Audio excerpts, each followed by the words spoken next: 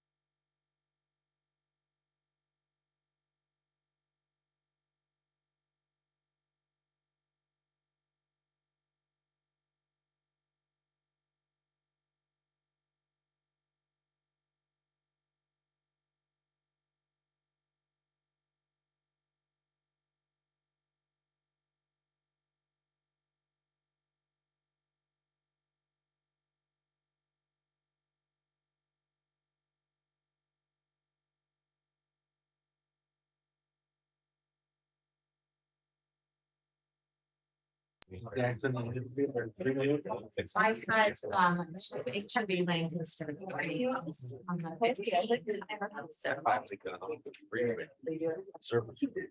Oh, did you? Okay. All right, let me know when you're ready over there. You're good? Give me a thumbs up. Yes, okay. We are gonna call this meeting to order. Thank you for everyone's patience. Thank you. It is October 14th at 8:24, and this is the executive meeting of Sandag. So before I move forward, I'd like to ask our interpreter to access interpretation services. Alberto? Good morning, this is Ruth. Okay. Para hacer uso del servicio de interpretación, por favor desplácese a la parte inferior de la pantalla de Zoom donde aparecen los controles. Haga clic en el icono de interpretación, que es el globo terráqueo, y seleccione Spanish, español. Si está utilizando la aplicación móvil de Zoom en celular o tableta, presione los puntos suspensivos, luego Interpretation y luego el idioma. Gracias. To use the interpreting feature, please scroll to the bottom of the Zoom screen where the meeting controls are located. Click on the interpretation icon, which is the world icon, and select your language. If you are joining using the Zoom mobile app on a cell phone or tablet, please press the ellipses, then interpretation, and then choose your language. Thank you. Okay, thank you. And I would now like to ask Francesca to please call the roll. Thank you, Chair. For the City of San Diego, Vice Chair Gloria. Here. The County of San Diego is absent. For East County, Mayor Minto. Here. For North County Coastal, Chair Blakespear. Here. For North County Inland, Mayor Jones. Here. And for South County, Second Vice Chair Sotelo Solis. Sotelo Solis here. Thank you. And for the record, we do have a quorum for this. Okay, thank you. And now we have non-agenda public and member comments. So Francesca, do we have any public comments? Yes, I do see two hands from the public. First will be Karina Contreras, followed by the person with the phone number ending in 899. Karina, you can go ahead. Yes, you know what, actually, I am raising my hand to pull consent item number 4, so I'll do that at the appropriate time. Thank you. Thank you. And next will be the person with the phone number ending in 899. You can go ahead when you're ready. You're currently self-muted. Hi, Mary D. here. First, I want to thank you for being among the first governmental entities to fully reopen and to also get rid of teleconferencing under AB 361. The citizenry deserves an open and transparent government. So I found it pretty shocking when I did research to discover that the City of Del Mar, the Sweetwater Authority, and even the San Diego County Water Authority are all continuing to hold virtual meetings and hide behind AB 361. So again, thank you for leading on that front. I also want to thank you for implementing an audible roll call, since it is another critical component of transparency and accessibility. Lastly, I understand you're getting a new website, which is long overdue. Time to put the current one from the age of AOL and dial-up out to pasture for good. I'm also hoping at this time you can make your new site infographic heavy and do a better job of turning your vast amount of data and decisions into bite-sized, easily digestible graphics. Right now, there is such a voluminous amount of reports, presentations, and material that it is what I refer to as death by data, getting sucked into the black hole of a 400-page report, trying to find out what the bottom line means to we the people. Hoping you can make a dedicated effort to create, post, and publicize topical infographics that break down the many decisions you make into eye-pleasing, easy to comprehend format, because your decisions affect our day-to-day living on so many critical levels.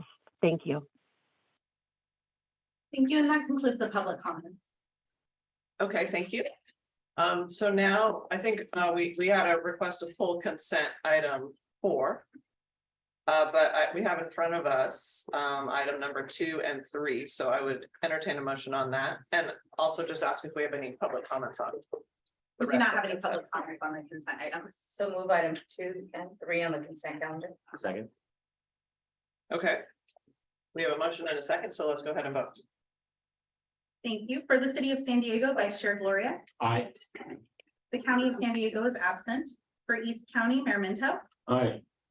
For North County Coastal, Chair Blakespear. Aye. For North County Inland, Mayor Jones. Aye. And for South County, Second Vice Chair Sotelo Solis. Aye. Thank you. And those items pass unanimously with those members present. Okay, and just to confirm, you don't want us to be using this to vote, or No. we'll use a roll call? It's fine, whatever you want. I'm sorry. I thought we were doing roll call for both. We can use the clickers going forward if you'd like, and they can just do it for this. item. Okay, great. So let's now have the public comment on item number 4. For item number 4, Karina Contreras, you can go ahead when you're ready. Yes, thank you. My name is Karina Contreras, and I am speaking in my capacity as Transportation Policy Advocate for Climate Action Campaign. It is quite a bit disappointing that we're going to be using $1.5 million from our FY contingency monies because of an amended 2021 regional plan that was barely approved by CARB in August of this year. I have a lot of concerns, as does the community, about the feasibility of an amended 2021 regional plan to be accepted by CARB. In a recent meeting that I and a few had with the California Air Resources Board, some of my questions and concerns were not quelled. It's not simple to do mathematics of removing such a cornerstone of the 2021 regional plan, the road usage charge, and say that it's just going to go down to 18.64% reduction in greenhouse gas emissions. The math isn't that simple. And if we're below that, we won't be able to round up. So if we do not meet the state mandates, the public is going to be out of a lot of funding, including all of our local jurisdictions. So I have a lot of concern with the amended 2021 regional plan. And I really hope to see this body do a lot of work moving forward with lots of education in many different languages on what a road usage charge is and what the current tax is that people pay when they put gas in their vehicle.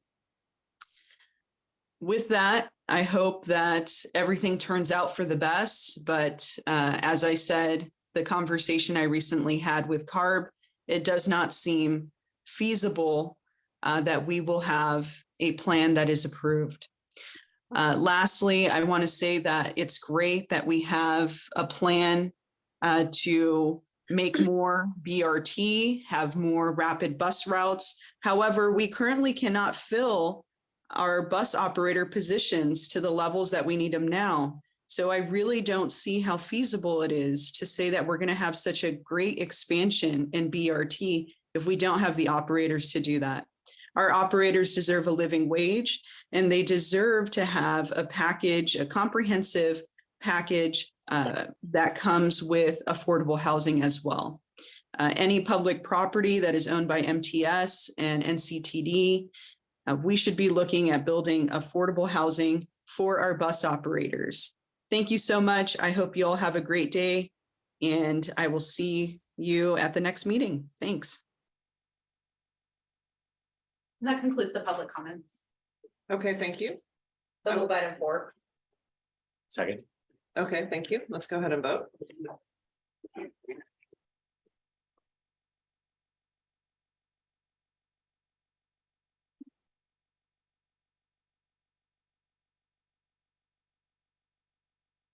And that item passes unanimously with those members present. Okay, thank you.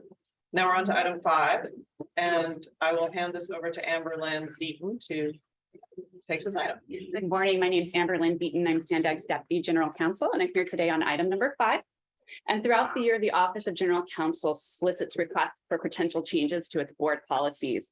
And this executive committee and then subsequently the board of directors has an annual process to review those proposed changes. This year, we are proposing amendments to 9 board policies, and each of these is attached to your report in red line format. And each of these is intended to address changes in the law and to clarify agency responsibilities for various functions. And so for each of those updates, I'll discuss the more significant amendments that are being proposed, and I'll refer to the online page number where those changes are reflected. I'll try to move very quickly, but please feel free to stop me if you have any questions. Up first is your board policy 1, which is the allocation of board and PAC responsibilities, and that begins at page 18 of your agenda. The only proposed amendment to board policy 1 is at section 4.1.26, and that seeks to delegate to the Transportation Committee the authority to approve the FHWA transportation performance management targets that are required to be set by MPOs like SANDAG. There are currently 28 federal performance management targets, and those include things like safety, pavement standards, and each has its own required development process and schedule. And this amendment would allow the Transportation Committee to consider and approve those targets, but subject to the ratification of the board. Board policy 3 is up next. That's the investment policy, beginning at page 25 of the agenda. And the board's investment policy is reviewed annually by the agency's financial advisor, PFM Asset Management, and a copy of their memorandum supporting the amendments is attached at page 34 for your reference. And there have been recent changes to the law that following the passage of SB 998, and the proposed amendments today reflect those changes. And the first is to increase the allowable balance of commercial paper investments. The prior limit was set at 25%, and it's now been raised to 40%, and the proposed amendments will align with those new limits. The bill also eliminated a 10% limit on the outstanding commercial paper of one issuer. And so the proposed amendments eliminate that requirement, but would add language that provides that no more than 5% of the investment portfolio can be invested in the securities of a single issuer, with some limited exceptions like US Treasuries. And that provision is really aimed at promoting diversification of the investments, and again, is supported by the recommendation of SANDAG's financial advisor. Up next is board policy 7, which is the equal employment opportunity and disadvantaged business enterprise programs policy at page 35 of your agenda. And while the proposed edits to this policy may look substantial based on the number of red lines, it largely reflects a reorganization of the policy to better delineate the responsibilities of SANDAG's contractors and consultants versus SANDAG's responsibilities in administering those programs. The existing policy includes substantially the same information, but it wasn't communicated quite as directly. And then the proposed edits also make clear who within the agency has oversight responsibilities for those programs. Board policy 9 is the discrimination and complaint procedures at page 41 of your agenda. And the introductory section includes proposed edits to reflect the most updated classifications in state and federal law. And the other proposed changes you'll see throughout are the streamlining of the complaint process for members of the public and consolidation of those oversight functions into a single point of contact. The existing policy requires a member of the public to first determine which law covers their type of complaint and then submit their complaint. And so we're trying to streamline that form so that there's a single form and a single point of contact. Board policy 11 is the travel policy at page 51. And the key amendment to that policy is found at section 1.1. And that's an update to clarify the definition of what is considered in-town travel versus out-of-town travel. And the current policy defines in-town travel as a single day travel no more than 200 miles away. The proposed edit would define in-town travel as a one-day trip within San Diego County. And that's intended to align with the GSA regulations on which the travel policy is based. GSA does not include a specific distance for travel, but it defines it as a geographic boundary, which is typically the county. There are very few one-day business trips that are outside of the county, but less than 200. So we don't believe this revision of this definition is likely to cause an impact to the travel budget. Board policy 18 is the regional transit service planning and implementation policy at page 54. The proposed edits would eliminate some outdated references to 2003 service levels. And the substantive edit to this policy would be to seek to change the frequency of the development of the 5-year coordinated plan from every 2 years to every 4 years. And then this would align the development of the coordinated plan with the development of the regional plan and realize some efficiencies in both of those processes. Board policy 33 is the implementation guidelines for SANDAG's regional housing need assessments funding initiatives at page 76. And you'll note the first change is to the title of the policy itself. This is intended to clarify the purpose of the policy, which is to support housing production within the region and not to support the development of the regional housing needs assessment itself. And the proposed edits establish eligibility for receiving housing-related points in the evaluation process for certain types of discretionary funding that's allocated by SANDAG through a competitive process. And the scoring criteria that are outlined in the proposed amendments are really aligned with the requirements of the REAP program, which is the Regional Early Action Program, and it's really aimed at maximizing eligibility for that pot of funds. Board policy 35 is the competitive grant program procedures at page 84, and staff is proposing substantive changes to streamline and relieve some of the administrative costs that are associated with administration of those grants. Currently, the capital projects have a deadline that's related to awarding a construction contract and a deadline that's related to completing the project. And then the proposal is to keep the same deadline for completion of the project, which is set at 3.5 years, but eliminate that interim milestone requirement. And that would give the grantees a little bit more flexibility in implementing their projects, and then eliminate the need for the PACs to consider amendments if those interim milestones change. For vehicle purchases, staff are proposing changes to grant deadlines to get vehicles on the street and operational faster. And it would require those grantees to award a contract for purchase of vehicles within 6 months rather than a year, and then have those vehicles operational within 3 months from receipt rather than 6. And then finally, the staff is proposing to modify the authority of the CEO to grant time extensions from 6 months for each request to 12 months in the aggregate. The data from our grants team shows that the average extension request is actually 7 months. And so any requests beyond that 12-month aggregate would still require approval from the appropriate PAC. And then lastly, though this is not reflected in your materials, we do have a proposed update to board policy 2 at section 4.1.2. Current policy allows a single alternate allows the appointment of a single alternate to each PAC. We're proposing to add language to allow more than one alternate in the hopes that we can address potential quorum issues in the future. And with all of that, that's a very fast summary, but I'm happy to answer any questions. As far as next steps go, there are a couple of options that are available to you today. If there are modifications or additional changes you'd like to see, you can direct staff to return to the executive committee for additional consideration, or the committee may choose to move the item directly to the board of directors today. Thank you for your time. Okay, thank you. Let's see if we have public comments on this first. We do not have any public comment. Okay, do we have any board member comments or questions? Sure. Yes. I would happy to move the item. I recognize we're short on time and we want to get to the ledger report and some of the other items. And thank you for the presentation. I would just maybe make again, happy to move the item, agree with the changes that was proposed. I think that it's worthy of staff to perhaps start exploring a different board policy amendment to consider a code of conduct of committee members and board members. I know that other agencies, local agencies have considered that to encourage decorum in proceedings. I think that's something that Sandag should consider. I recognize that's not pertinent to today's conversation, but maybe it's a direction that I'd like to ask staff to start exploring. Happy to do it. Thank you. And again, happy to make the motion. Second. Okay, great. So we have a motion and a second. Let's go ahead and vote on that.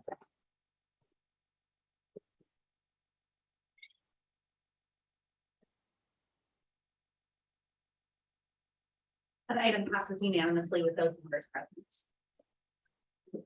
Thank you. Now we're moving on to item 6. This is Angela Anderson on behalf of Sandag, and the item is proposed fiscal year 2023 program budget amendment for the Panesquito Lagoon Bridge replacement project. Okay, good morning. So I'm here today to, this is a follow-up to an item that was approved back in late May in closed session. This is on the Los Panesquito Lagoon Bridge replacement projects. This project located in the Los Panesquitos, sorry. I got you. Just say next slide. I got you. Okay, next one, please. There you go. This project located in the Los Panesquito Lagoon Reserve. We basically replaced 4 timber bridges with 4 new inline concrete bridges. This project had a lot of challenges because in the lagoon, and we had an issue with, because in the nature reserve, we have bird breeding season that we had to basically not be able to work the bridges. The projects, we issued a contract and the contractor started working early 2014. And by February of that year, 3 of the 4 bridges, we observed there was bird nest. So we had stopped working those bridges. And I'm going to hand over to Annie to talk about some of the litigation issues on this. Hi, I'm Annie Smitty. I'm Senior Legal Counsel. And I wanted to join in on the conversation because litigation is pending on this item. And so to give a little bit of a brief background, the litigation commenced over the contractor's claims for delay damages against Sandag regarding some of the contract challenges that Angela mentioned earlier, and the larger issue regarding costs of retrofit work on the bridges. There was settlement that was observed during construction, and immediately to avoid delays in service, the work commenced on retrofitting the bridges. So in 2019, the board authorized staff to file claims against the contractor, the construction manager, and the designer for professional negligence. Sandag seeks to recover over $10 million in the litigation. Sandag also seeks to recover attorney's fees and expenses, which continue to accrue. And a 6-week jury trial is set for May 1st of 2023. So back in May of this year, the board approved a settlement of the contractor's delay claims in the amount of $850,000. And today we're asking for the allocation of funds from the contingency reserve to really invest in the recovery of over $10 million and to also hold these parties responsible for the costs of the defective work. Specifically, we're requesting $2,069,000 from the contingency reserve to fund the following costs. The litigation costs through trial, which are estimated to be at about $1.1 million. Administrative costs or staff time through trial, estimated to be about $140,000. And then the board approved settlement of $850,000 on the delay claims. If the board, or sorry, if the executive committee recommends this allocation, staff would then request approval from the board of directors and then take all steps necessary to finalize the board approved settlement of the delay claims and resolve the retrofit cost claims. And then in the future, any funds that are recovered on the retrofit cost claims would be used to first reimburse the contingency reserve fund. So with that, if there's any questions. Okay, thank you. We appreciate that report, and let's see if there are any public comments on this. We do not have any public comments on this item. Okay, any member comments or questions? Yes, Mayor Jones. So I was on the board and actually chair of North County Transit District for several years. My question is a couple of different things. When is this coming to the board of directors at Sandag? October 28th. Okay, so there have been numerous increases in this budget. Where do we have the actual budget, the original budget, when it was originally approved and the work started to now how much we're spending on this? There were so many of them. I felt bad for John Lithicum because every time he would come back, it was, millions of dollars. And so I know it's a significant increase, and I'd like to also get some background when it does go to the board of directors of the reason for all of the increases. I understand the litigation, that's where we're at now, but historically, why is it that it has cost so much? So if the board approved this budget amendment, that would be amendment number 8 to this project. And the original cost is how much and where are we at now? The original project started at $22.1 million. And it started at 22.1. There were 3 bridges on the project. The first amendment, we added 1 more bridge to the project, make it 4. And what was that number? The amended amount was 2.8. So it would be 24.9. It's come up about 25 million. Yeah, okay. And then the second one, we added $5.6 million because the engineer estimate and versus there were 2 bids to the contracts, only 2 bidders. And the lowest bidder was, we added that amount because we needed that amount to award the contract. And we added $5.6 million.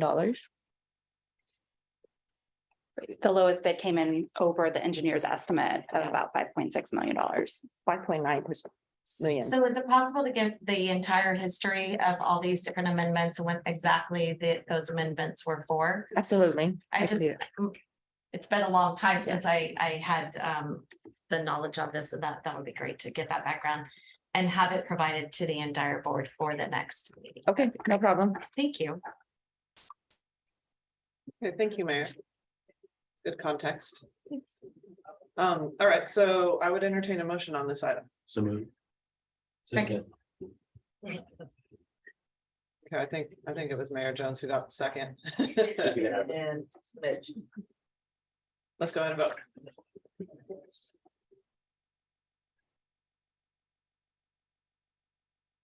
That item does pass unanimously with those numbers. All right, we're on to item number 7, and remarkably, we're only 4 minutes behind schedule. We've really made up time here, so I appreciate the efforts to do that. This is our legislative status report.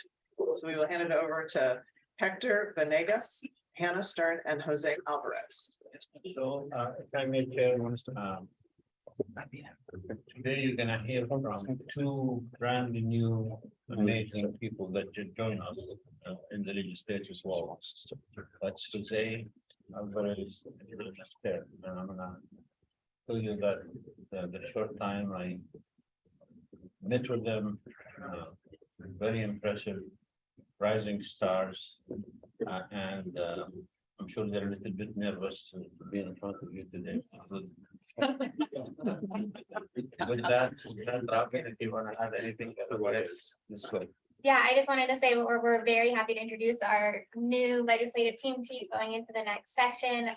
And also great news, Hannah and Jose both moved here directly from Washington, DC and Sacramento. So we've returned 2 of our San Diegans back to the region. We're very happy about that. And they have all their friends back in both capitals. So great networks for us to be able to capitalize on going into all these funding opportunities. So with that, over to the leg team. Hector's going to start us off. Thank you very much, and I'm very pleased to be with you. I feel it was a while last time I came here, but it was 2 months ago only. And since then, the 2 presidents of Mexico and the United States had a meeting in Washington. And on that occasion, they handled a traditional bilateral agenda with immigration and public safety topics that might not be relevant for the scope of work of SANDAG, but it's important for some of our cities. They also, during their visit, they agreed on working on issuing work visas for many migrants. And we have an issue of immigrants south of the border. Right now, they are meeting in Washington and arranging more visas for them.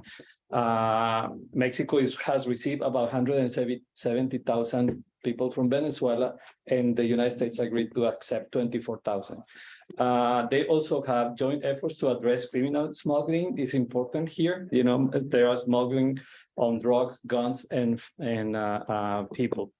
Regarding infrastructure, they agreed to complete a multi-year joint U.S.-Mexico border infrastructure modernization effort. And as you remember, President Biden presented the bipartisan infrastructure law with $3.4 billion allocated for ports of entries in the north and southern border. And you heard where Otay Mesa East port of entry was awarded $150 million. On the Mexican side, President López Obrador committed $1.5 billion to be invested on the border by 2024. And later, the U.S. Trade Representative requested consultations under the USMCA over Mexico's energy policies, and that's currently happening. Now, locally, and I'm almost finishing, so I can leave you time for your next meeting. The US EPA and the International Boundary and Water Commission signed the Minute 328 here in San Diego to define the strategy and process as a solution to sanitize the Tijuana River. And with this agreement, the United States is allocating $300 million to increase the capacity of the International Wastewater Treatment Plant. And Mexico is investing $140 million to repair the pumping system and other facilities. And with that, I'm stopping. That's my Plan C report in 2 minutes. It's a pleasure to be with you today. For the federal report, our big news is that Caltrans and SANDAG were awarded a $115 million infra grant for the Otay Mesa East port of entry. It was the largest award given, and it was the only award selected on the West Coast. We're very grateful for the work of our outstanding grants department, the OME project team, and our numerous local, state, and federal officials who've taken a leading role moving this project forward. The federal government is currently operating on a continuing resolution or a CR where FY22 funding levels are frozen and extended currently until December 16th. Whether or not the new FY23 appropriation bills and any included congressionally directed spending are passed this year depends on the outcome of the general election. If the majority changes in one or more chambers, final negotiations and passage of the spending bills will likely be pushed to the new Congress. Congress is set to have a busy lame duck session. There are a few must-pass bills, including the National Defense Authorization Act. The Senate has appended the Water Resources Development Act, which authorizes U.S. Army Corps of Engineers water infrastructure projects and water resources and policies to the NDAA. That concludes a brief federal report, and I'll turn it over to Jose. Good morning, everyone. Good morning, Chair, members. My name is Jose Alvarez. I'm here to give you a quick overview of SANDAG's legislative activity over the 2021-2022 legislative year. SANDAG had a really good year with 3 sponsored bills signed. The first one is SB 985, as you know, by Senator Panesquito. This bill will go into effect January of next year, and it will provide the necessary updates to the Otay Mesa East Toll Facility Acts to facilitate the toll revenue sharing agreements between Mexico and the United States and SANDAG. This law had not been updated since its original implementation in SB 1486 by Senator DeCheney in 2008. The next notable bill is AB 1833 by Assemblymember Ward. This is to raise procurement thresholds for SANDAG, MTS, and NCTD. This bill will allow for more contract procurements to fall into the micro purchase or small acquisition thresholds. This reduces the administrative burden for SANDAG and these agencies to operate, and it allows them flexibility to be more efficient and have the appropriate bidding flexibility they need for their operations. Up next, we have Assembly Bill 2367 by Assemblymember Ward. This clarified SANDAG's authorization to fund and implement its 2021 regional plan.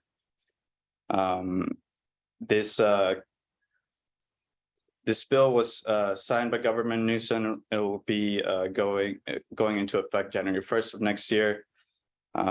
This expressively provides SANDAG the flexibility and authorization to invest and implement projects and the programs outlined in the 2021 regional plan.